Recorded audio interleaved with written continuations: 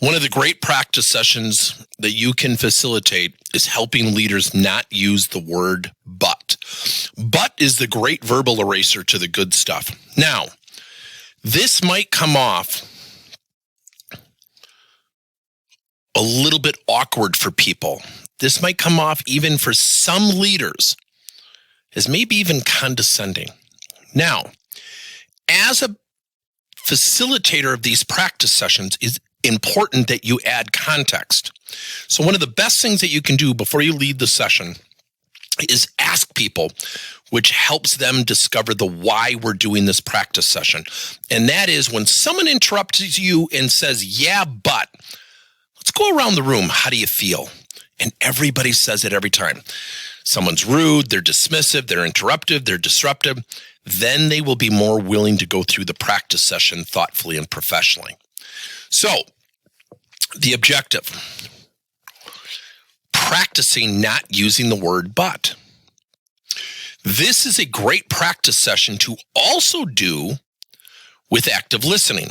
Before we get into the context of the practice session, let me share with you something that happened between two departments. We had a leader reach out to us and say two departments were at odds. They were yelling, they were upset, they were raising their voices, and he wanted me to attend a second meeting just to observe. And I could see people were rolling their eyes, throwing their hands up before someone was even done. And then when they wanted to say something, they would say, yeah, but. See, when we say yeah, but, what we've really said is, I'm not listening to you and my idea is better, or I'm trying to convince you why you're wrong, or to convince you to join my side, so to speak. So what we did is we inserted an active listening rule. At the third meeting, which I did not attend, in order for you to respond to somebody, you had to state back what they said. Here was the amazing thing. Over 50% of the time, the leader of these two departments said, 50% or more of the time, people said, no, that's not what I meant. Meaning conversations were being conducted on a lack of understanding. What the active listening did was slow down the cadence. He said, the other thing I noticed was people were focused on stating back, because we made that a rule. Nobody was using the word but. Calls me up, he says 22 minutes into it, they came to a consensus and an agreement.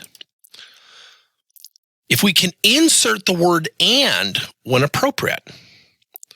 Let me give you an example. Lisa, you're doing a great job, but Lisa, you're doing a great job in the following areas. And I think about time management becoming one of your strengths as well. And is inclusive. This will require practice. So, how to set up the first practice session. Have an activity where people can sit down and certainly have a discussion with one another.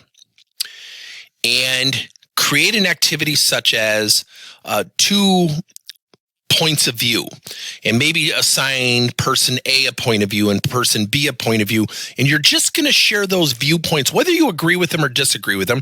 Let's just, for practice sake, assume that we agree with these points. And maybe it's an issue of whether people should do something at the company or not do something at the company. You can make up that activity, but you want to create it where there are two positions.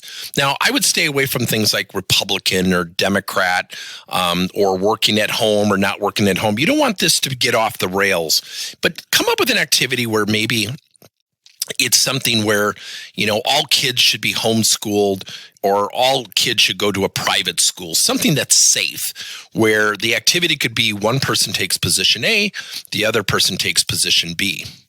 And then you have practice rules. You're not allowed to use the word but, and you have to have a conversation using at least one time active listening. Then people can provide their feedback. So if someone is sharing with me, I think every kid in the world should be homeschooled, I have to listen, I have to demonstrate active listening, and then I get to provide my feedback. Very, very simple to practice. Now, some other activities you could deploy are the following. Create a point-counterpoint scenario, much like what we just talked about. Create scenarios where people typically agree or disagree.